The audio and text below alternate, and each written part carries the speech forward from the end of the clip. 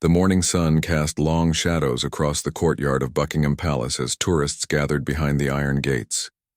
Among them stood Marcus Thompson, a 28-year-old construction worker from Manchester who had traveled to London with his girlfriend Sarah for what was supposed to be a romantic weekend getaway. Marcus had always been the type of person who sought attention, often telling exaggerated stories at the local pub about fights he claimed to have won and adventures that existed only in his imagination. Sarah had noticed this pattern throughout their 2-year relationship, but she hoped the trip to London might help Marcus mature and appreciate the finer things in life. She had saved money from her job at the local bakery for months to afford the train tickets and hotel room, dreaming of taking photos together in front of the famous palace and creating memories that would last a lifetime. As they approached the palace gates that Tuesday morning in September, Marcus immediately began making loud comments about the guards standing at attention. "Look at those toy soldiers," he laughed, pointing at the grenadier guards in their distinctive red tunics and tall black bearskin hats. "I bet they don't even know how to use those fancy rifles they're carrying around like decorations," or felt embarrassed by his behavior and gently tugged at his arm. "Marcus, please keep your voice down. These are real soldiers, not actors in costumes. They're protecting the Queen's residence." But Marcus was already caught up in his own fantasy, imagining how impressed the other tourists would be if he could prove his superiority over what he perceived as ceremonial guards playing dress-up. The crowd of tourists pressed closer to the gates, cameras clicking as people tried to capture the perfect shot of the guards. Among them were families with young children, who stared in wonder at the impressive sight. Elderly couples who had traveled from distant countries to witness this iconic British tradition, and groups of students on educational trips learning about British culture and history. Marcus studied the guards more carefully, noting their rigid posture and the way they seemed to stare straight ahead, without acknowledging the growing crowd. In his mind, this confirmed his belief that they were nothing more than actors hired to pose for tourists. He had no understanding of the discipline and training required to maintain such perfect composure under pressure, nor did he realize that these were highly trained soldiers who had served in combat zones around the world. The guard closest to where Marcus stood was Guardsman James Mitchell, a veteran of 3 tours in Afghanistan who had joined the Household Division after distinguishing himself in combat. Mitchell had seen real violence and understood the weight of responsibility that came with protecting the royal family. His seemingly motionless stance was actually the result of years of military training that had taught him to remain alert and ready for action at any moment. Mitchell could hear every word of Marcus's loud commentary, but his training prevented him from reacting. He had dealt with disrespectful tourists before, understanding that most were simply ignorant of military protocol rather than genuinely malicious. However, something about Marcus's increasingly aggressive tone and body language triggered his professional instincts. Through peripheral vision, Mitchell noticed how Marcus kept moving closer to the gate and gesturing more dramatically with each passing minute. Other tourists began to notice Marcus's behavior as well, with some parents quietly moving their children away from the area where he was standing. An elderly gentleman from Japan whispered to his wife in their native language, expressing concern about the young man's aggressive demeanor. A group of French students exchanged worried glances, sensing that the situation might escalate beyond mere verbal comments. Sarah's embarrassment grew as she realized other people were staring at them, not because they were impressed by Marcus's bravado, but because they were uncomfortable with his increasingly disruptive presence. She had always known Marcus had a tendency to show off, but she had never seen him behave quite so aggressively in public. The romantic weekend she had planned was quickly turning into a nightmare of public humiliation. Marcus seemed oblivious to the growing tension around him, his attention focused entirely on the guards he continued to mock. In his alcohol-fueled confidence from the previous night's celebration, he began to convince himself that he could easily overpower one of these fake soldiers and prove his superiority to everyone watching. The idea began to take root in his mind that snatching a guard's weapon would be the ultimate demonstration of his strength and courage. What Marcus failed to understand was that he was being watched not only by curious tourists, but also by multiple layers of security personnel trained to identify potential threats. Plainclothes officers strategically positioned throughout the crowd had already noted his disruptive behavior and were quietly communicating through discreet radio devices. CCTV cameras monitored every angle of the scene, with operators in the security control room beginning to focus specifically on Marcus's movements. The atmosphere around the palace gates grew more tense as Marcus's voice became louder and his gestures more animated. Other tourists began to step back, creating a wider circle around him and Sarah. The guards remained perfectly still, but those with experience in reading military bearing could detect the subtle shift in their alertness level. What had begun as a routine morning of ceremonial duties was quietly transforming into a potential security incident. Sarah made one last attempt to defuse the situation, grabbing Marcus's arm more firmly and suggesting they move on to visit Westminster Abbey, as originally planned. But Marcus was too caught up in his own fantasy to listen to reason. In his mind, he had already begun planning how he would tell this story to his friends back in Manchester, imagining their amazement when he described how he had outsmarted the Queen's guards and shown everyone what a real man could do. The stage was set for a confrontation that would change Marcus's life forever, though he remained completely unaware of the professional military force he was about to challenge. The morning that had begun with romantic possibilities was rapidly approaching a moment that would demonstrate the harsh reality of attempting to intimidate those sworn to protect the crown. The tension in the air became thick as Marcus stepped closer to the iron gates, his confidence growing with each passing moment. He had noticed that some tourists were taking photos of him, which only fueled his desire to create an even bigger spectacle. In his twisted logic, he believed that any attention was good attention, and he was determined to become the star of everyone's vacation photos and videos. Guardsman Mitchell maintained his rigid posture, but his years of military experience allowed him to assess the situation without moving his eyes. He could sense Marcus approaching the boundary line that separated respectful observation from potential security threat. Mitchell's training had taught him to recognize the subtle signs of escalating aggression, and everything about Marcus's body language suggested someone preparing to make a foolish decision. Sarah's anxiety reached a breaking point as she realized her boyfriend was completely ignoring her pleas to leave. She had never felt so helpless and embarrassed in her life. The romantic getaway she had saved months to afford was turning into a public disaster that would likely end with them both in serious trouble. She began to consider whether she should simply walk away and let Marcus face the consequences of his actions alone. Other tourists continued to create more distance between themselves and Marcus, with many now openly filming the unfolding drama on their smartphones. A group of American college students whispered among themselves about whether they should call for help, while a British family quickly ushered their young children away from the scene. The elderly Japanese couple had moved to the far side of the crowd, but continued watching with a mixture of fascination and horror.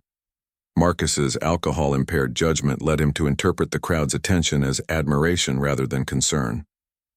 He began to pace back and forth in front of the gate, gesturing wildly as he continued his verbal assault on the guards.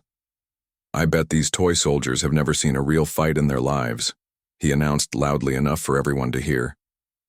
"They just stand there like mannequins while real men like me do the actual work in the world." The plainclothes security officers positioned throughout the crowd had by now established a clear communication protocol regarding the developing situation. Through nearly invisible earpieces, they coordinated their positions to ensure they could respond instantly if Marcus crossed the line from verbal harassment to physical aggression. Their training had prepared them for exactly this type of scenario, though they hoped de-escalation would still be possible. In the security control room deep within the palace, operators watched multiple camera angles of the unfolding scene while maintaining direct communication with both the guards on duty and the plainclothes officers in the crowd.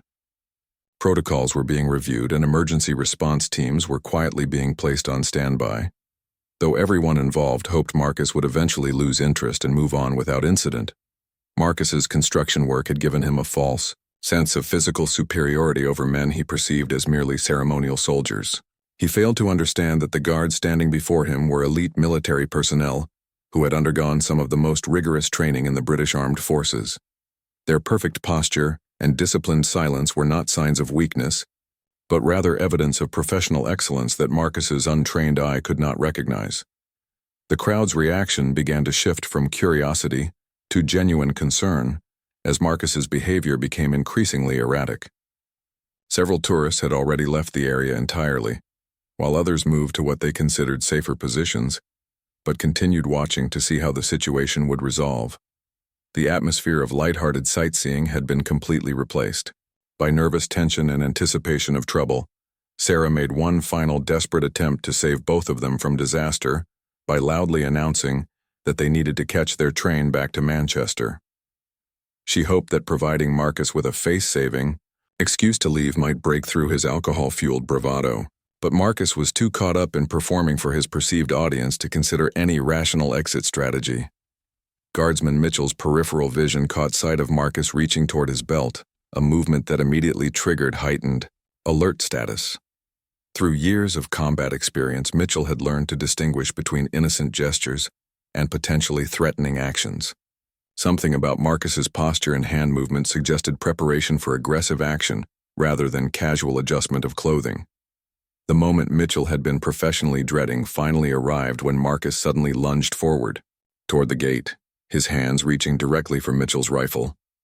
In Marcus's alcohol-impaired mind, he believed he could quickly grab the weapon, pose for photos with it, and then return it as some kind of practical joke that would make him famous among the tourists. What Marcus failed to understand was that attempting to seize a weapon from an active-duty military guard constituted a serious criminal offense that would trigger an immediate and overwhelming response from multiple layers of security. His fantasy of becoming a tourist hero was about to collide with the harsh reality of professional military training and Crown security protocols. The crowd's gasps of shock and horror filled the air as Marcus's hands made contact with Mitchell's rifle. Camera phones that had been casually recording the scene suddenly became crucial evidence of an unfolding crime. Children began crying as their parents rushed them away from what was clearly becoming a dangerous situation that had moved far beyond mere tourist entertainment. Sarah screamed Marcus's name, but her voice was lost in the chaos of the crowd's reaction. She watched in helpless horror as her boyfriend committed what she knew would be a life-changing criminal act.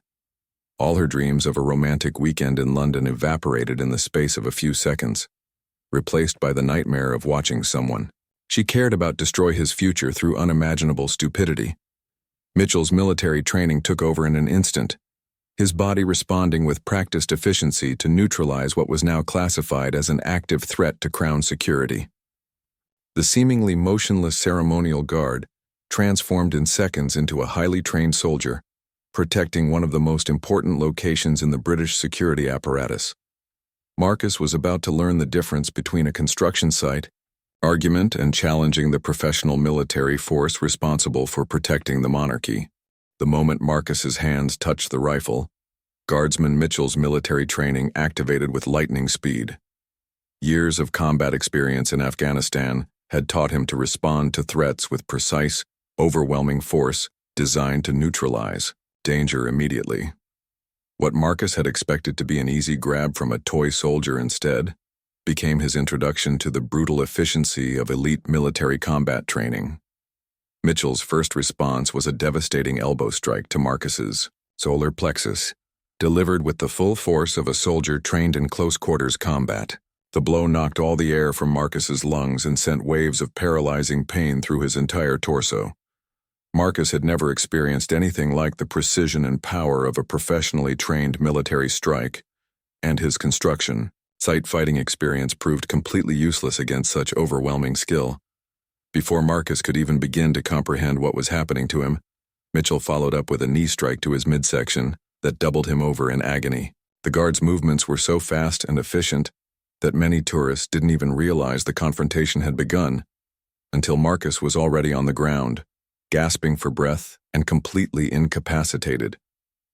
The crowd's reaction was immediate and dramatic. Screams filled the air as people realized they were witnessing a real security incident rather than some kind of tourist entertainment. Parents grabbed their children and ran toward the street, while other visitors fumbled with their phones to capture video of the unfolding drama. The peaceful morning atmosphere had transformed into chaos within seconds. Sarah stood frozen in shock, unable to process the speed with which her boyfriend had been neutralized. She had expected maybe a verbal warning or perhaps for security, guards to escort them away from the area. Instead, she was watching Marcus writhing on the ground in obvious pain, while a soldier she had dismissed as merely ceremonial demonstrated the lethal effectiveness of his training. Plainclothes security. Officers who had been monitoring the situation immediately moved into action, converging on the scene from multiple directions. These were not the obvious guards tourists could identify, but rather highly trained protection specialists who blended seamlessly into crowds while maintaining constant vigilance for exactly this type of incident. Their response was coordinated and professional, designed to contain the threat while protecting innocent bystanders. Mitchell maintained his grip on his weapon while simultaneously calling out a security alert that triggered immediate response from backup personnel stationed throughout the palace grounds. His voice carried the authority of a combat veteran who had faced real dangers in war zones, and every other guard within hearing distance immediately shifted into high alert status. Marcus tried to stand up, still not fully understanding the severity of his situation. His alcohol-impaired brain struggled to process why his simple plan to grab a rifle had resulted in such immediate and painful consequences. In his confusion, he made the catastrophic mistake of reaching toward Mitchell again, apparently still believing he could somehow salvage his original plan. This second aggressive movement triggered an even more devastating response from Mitchell, who had been trained that any continued threat after initial warning must be met with maximum force. A precise punch to Marcus's jaw sent him spinning to the ground, where he landed hard on the pavement with blood streaming from his mouth. The sound of the impact made several tourists sick to their stomachs. Additional guards arrived within seconds, forming a protective perimeter around Mitchell while ensuring that Marcus posed no further threat. These reinforcements moved with the precision of a military unit that had trained together for countless hours, their coordination so perfect that they seemed to function as a single organism responding to danger. Marcus lay on the ground, his jaw potentially broken and his entire body racked with pain unlike anything he had ever experienced. The construction site fights he had bragged about to friends had never prepared him for the reality of facing a professionally trained soldier. His fantasy of impressing tourists with his toughness had become a nightmare of public humiliation and serious injury. The crowd had grown larger as news of the incident spread, with people running from other areas of the palace grounds to witness the drama. However, additional security personnel quickly established a wider perimeter to keep onlookers at a safe distance while allowing emergency medical personnel and police to access the scene. Sarah finally found her voice and began screaming Marcus's name, trying to push through the crowd to reach him. Her romantic weekend had become a disaster beyond her worst nightmares, and she could see that her boyfriend was seriously injured and likely facing criminal charges that would destroy his future. The money she had saved for months to create beautiful memories had instead paid for the most traumatic experience of her life. Emergency services had been automatically notified the moment Mitchell called the security alert, and the sound of approaching sirens could already be heard in the distance. London's emergency response protocols for incidents at royal residences were designed for maximum speed and efficiency, ensuring that any threat to Crown security would be met with overwhelming force from multiple agencies. Mitchell remained in D position over Marcus, his training dictating that a threat was not neutralized until properly restrained by law enforcement. Despite the obvious severity of Marcus's injuries, Mitchell could not assume the incident was over until backup personnel had secured the scene and taken the aggressor into custody. Other tourists began providing witness statements to plainclothes officers, their shock evident in their voices as they described how quickly the situation had escalated from verbal harassment to physical violence. Many expressed amazement at the speed and efficiency with which the guard had responded, having never witnessed professional military action outside of movies or television. Marcus's consciousness began to fade in and out as the full impact of his injuries became apparent. Through his pain and confusion, he began to realize that his attempt to grab a guard's weapon had been the worst decision of his life. The attention he had sought from tourists had indeed been achieved, but not in the way he had imagined. Instead of being seen as a tough guy who could intimidate ceremonial guards, he was now viewed as a criminal who had been brutally and efficiently defeated by a true professional soldier. The sound of sirens grew louder as multiple emergency vehicles approached the palace, bringing with them the full weight of the British legal system that would soon hold Marcus accountable for his actions. The first police vehicle arrived at Buckingham Palace within 3 minutes of the security alert, followed immediately by an ambulance and additional metropolitan police units. The response was swift and coordinated, reflecting years of preparation for exactly this type of incident at one of Britain's most important security locations. Officers emerged from their vehicles with practiced efficiency, immediately establishing communication with the palace security team. Marcus remained on the ground where Mitchell had left him, blood still flowing from his mouth and his consciousness drifting in and out of focus. The pain in his jaw was excruciating, and he was beginning to suspect it might be broken. His entire body ached from the precise strikes delivered by a soldier whose training had been designed to neutralize threats quickly and completely. Sarah watched in horror as paramedics rushed to examine Marcus's injuries, while police officers began securing the crime scene with yellow tape. The romantic weekend she had planned had transformed into a nightmare that would likely result in legal bills, medical expenses, and the end of their relationship. She could barely comprehend how Marcus's showing off had escalated to such serious consequences. Detective Inspector Catherine Williams arrived to take charge of the investigation, bringing with her years of experience handling security incidents at royal locations. She immediately began coordinating with palace security to ensure all proper protocols were followed, and that every detail of the incident was thoroughly documented for the criminal prosecution that would inevitably follow. The crowd of tourists had swelled to nearly 200 people, many of whom had captured portions of the incident on their smartphones. Police officers began the painstaking process of identifying witnesses and collecting video evidence that would be crucial for building a comprehensive case against Marcus. The abundance of visual documentation would make it impossible for him to claim the incident had been anything other than an unprovoked attack on a royal guard. Mitchell remained at his post, having returned to his ceremonial duties with the same professional demeanor he had displayed before the incident. However, those who knew military bearing could detect the heightened alertness that would remain with him for the rest of his shift. His swift and decisive action had protected not only himself, but also the integrity of palace security and the safety of innocent bystanders. Paramedics worked carefully to stabilize Marcus before transport to the hospital, noting what appeared to be a fractured jaw and possible concussion from his impact with the pavement. The precision of Mitchell's strikes had been designed to incapacitate without causing permanent damage, but Marcus would still require significant medical treatment and would bear the physical reminders of his poor decision for weeks to come as consciousness returned more fully. Marcus began to grasp the severity of his situation. Through his pain and confusion, he could see police officers taking photographs of the scene and interviewing witnesses who were eagerly providing detailed accounts of his aggressive behavior. The attention he had craved from tourists was indeed focused on him, but their expressions showed disgust and amazement at his stupidity rather than the admiration he had imagined. Detective Inspector Williams approached Sarah to begin her witness interview, noting the young woman's obvious distress and embarrassment. Sarah's account would be crucial for establishing Marcus's state of mind and the premeditated nature of his attack on the guard. Through her tears, Sarah provided a detailed description of Marcus's increasingly aggressive behavior throughout the morning and her failed attempts to convince him to leave. The legal implications of Marcus's actions were severe and would only become more apparent as the investigation progressed. Attempting to seize a weapon from a royal guard constituted multiple serious criminal offenses, including assault on a police officer, attempted theft, and breach of security at a royal residence.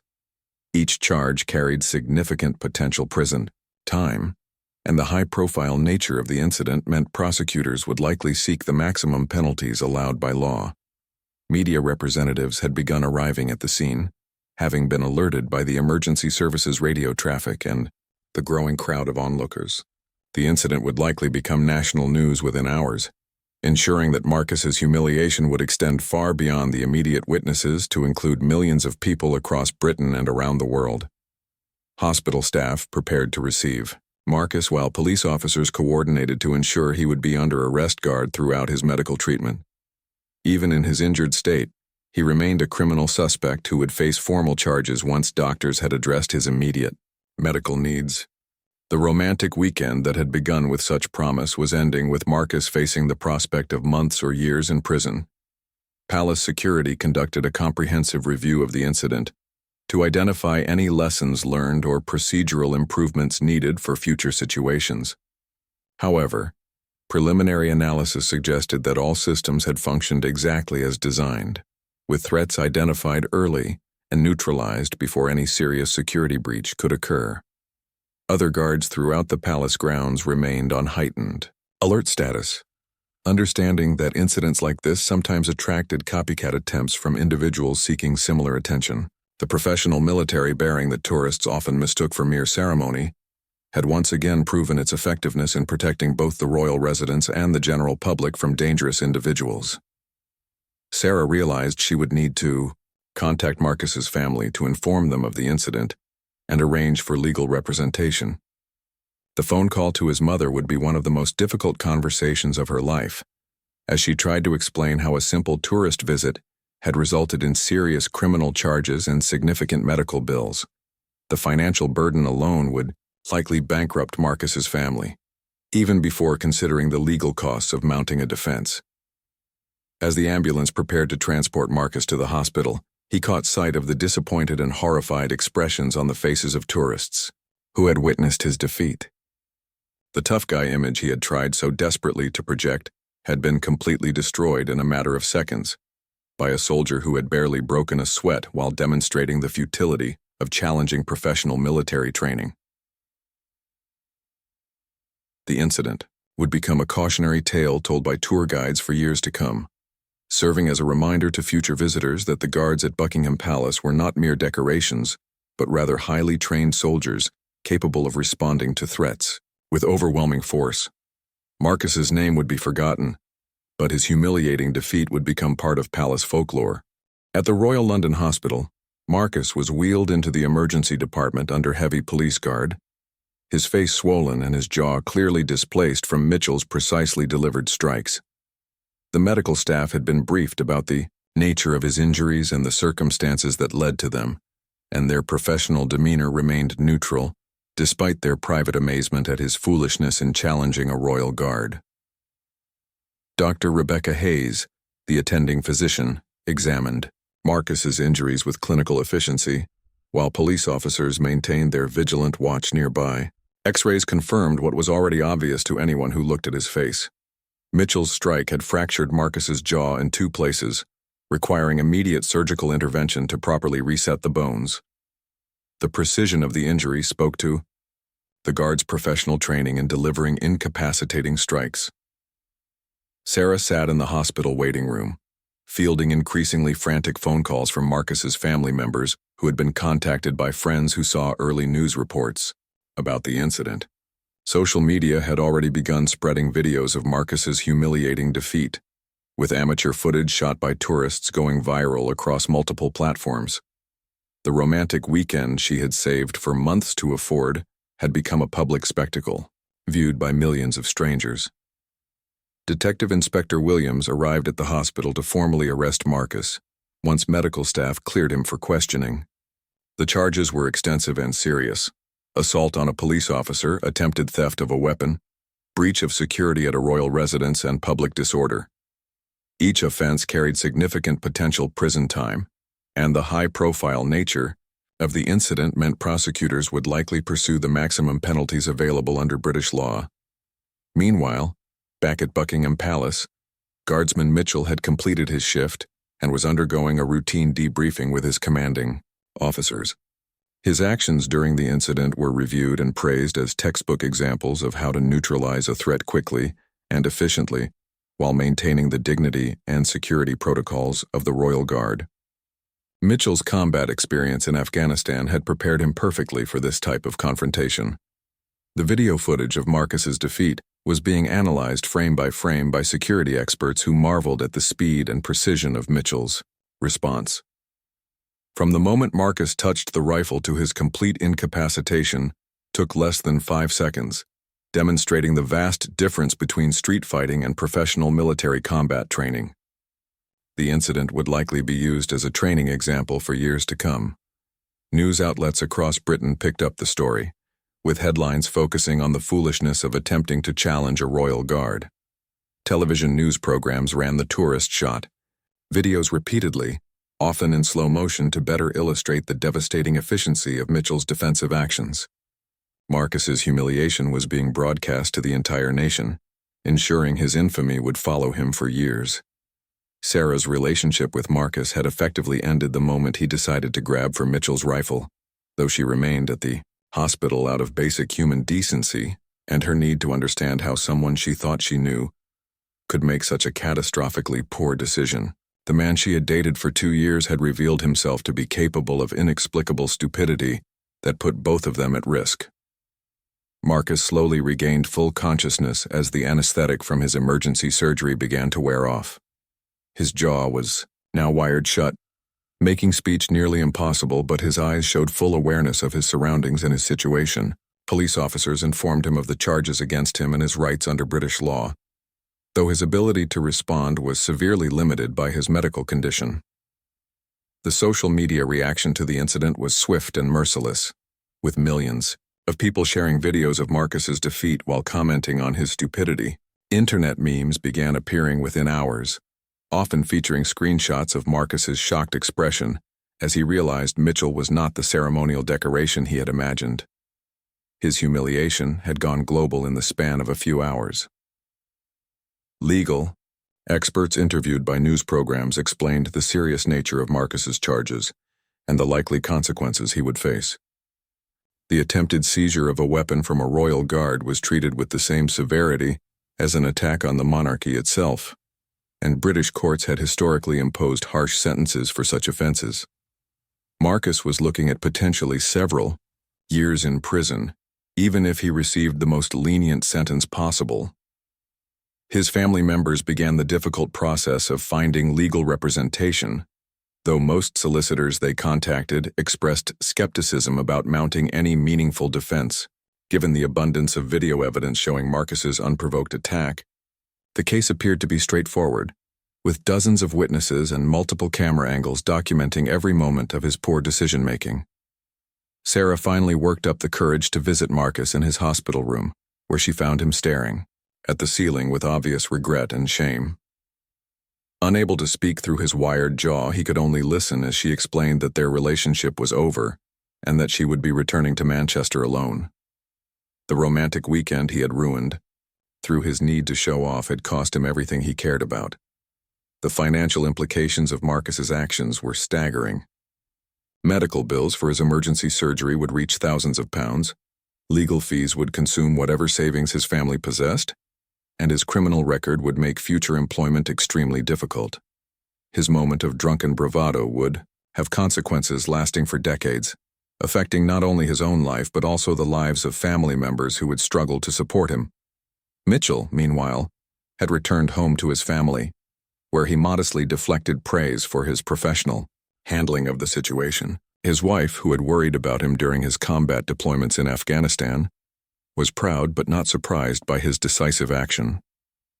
The skills that had kept him alive in war zones had served him equally well in protecting the crown from a foolish civilian who had no understanding of what he was attempting. Palace officials released a brief statement praising the professionalism of their security personnel, while emphasizing that the incident had never posed any real threat to royal security. The guards' training and protocols had functioned exactly as designed, neutralizing a potential problem before it could escalate into something more serious.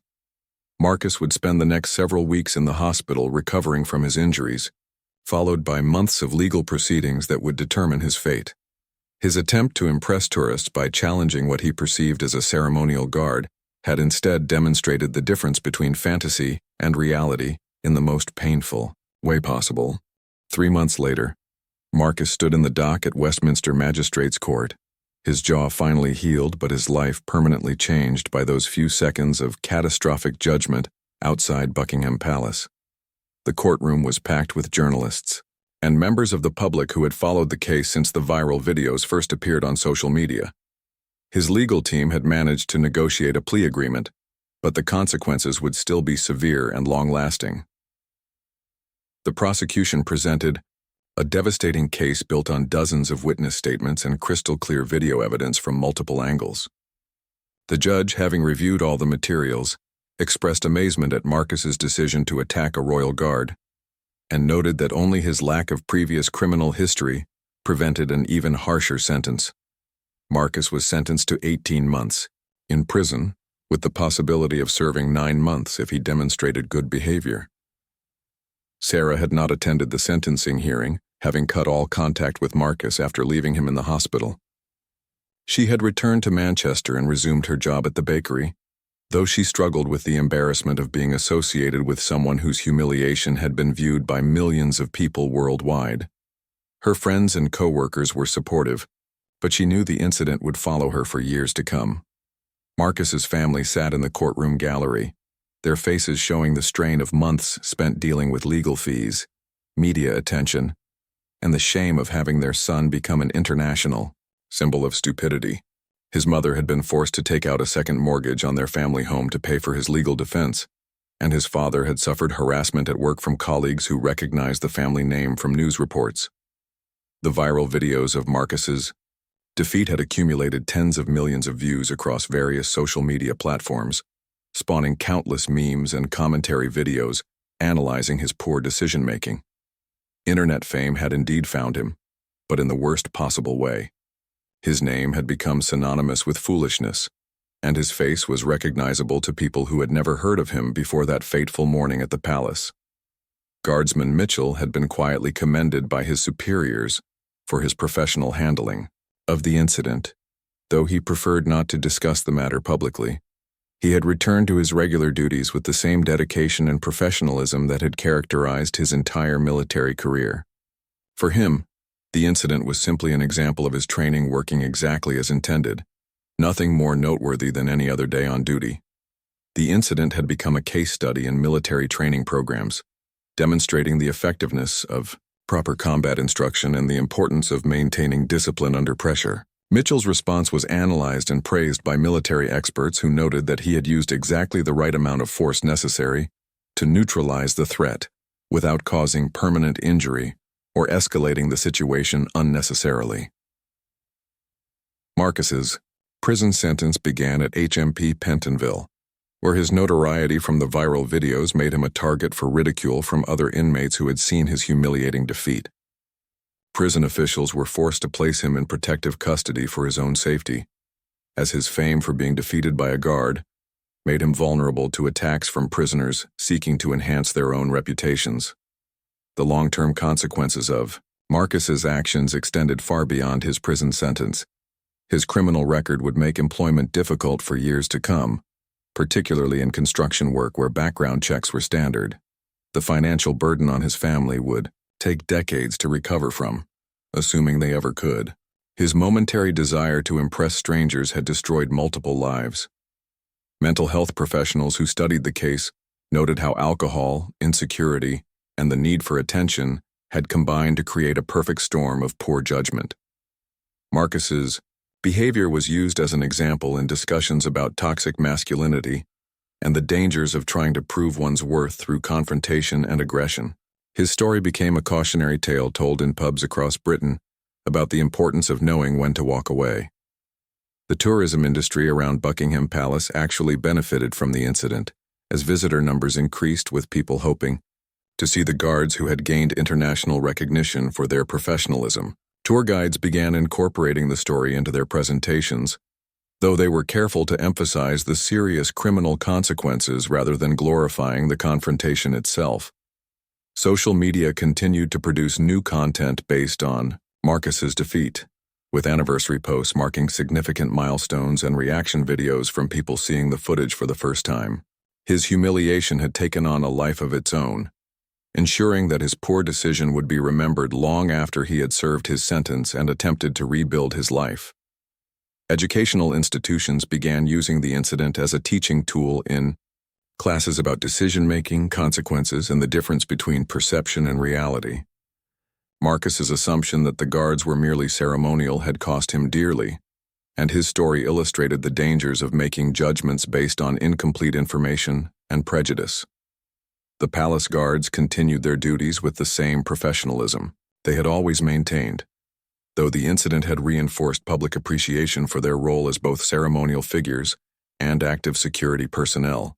The respect shown to them by tourists had noticeably increased, with fewer instances of inappropriate behavior or disrespectful comments from visitors who now understood the serious consequences of challenging royal security. Marcus served 8 months of his sentence before being released on good behavior, though his return to society was far from triumphant.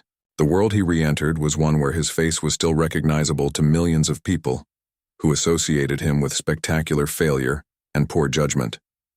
Job applications were routinely rejected once employers discovered his identity, and dating became virtually impossible as potential partners recognized him from the viral videos. His relationship with his family had been permanently damaged by the financial strain and public embarrassment his actions had caused. While they had not abandoned him entirely, the easy closeness they had once shared was replaced by a careful distance and barely concealed resentment. Family gatherings became tense affairs where the incident was never mentioned, but always present, in everyone's thoughts. Sarah had moved on with her life, finding a new relationship with a man who appreciated her gentle nature and would never dream of embarrassing her in public.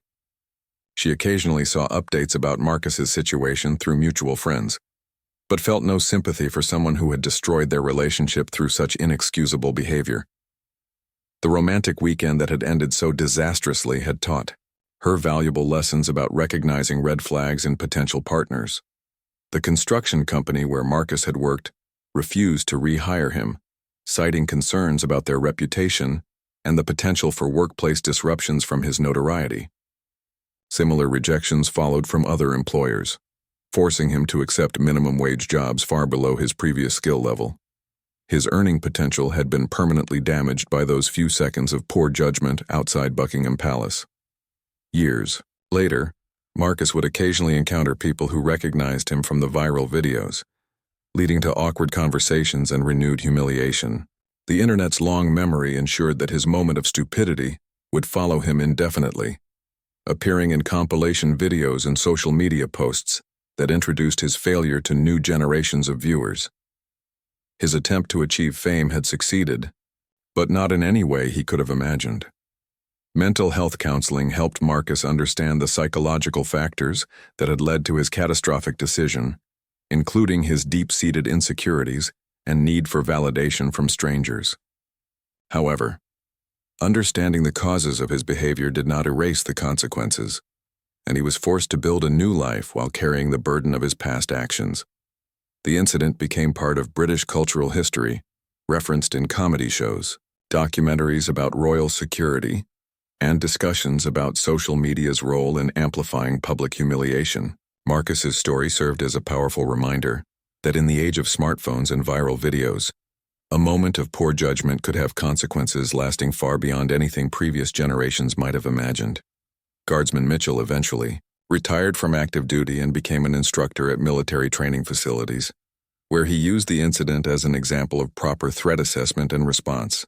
His calm professionalism during Marcus's attack had exemplified the highest standards of military bearing, and his career continued to flourish long after the confrontation that had made him briefly famous. The legacy of that September morning outside Buckingham Palace continued to resonate years later, serving as both entertainment and education for millions of people worldwide.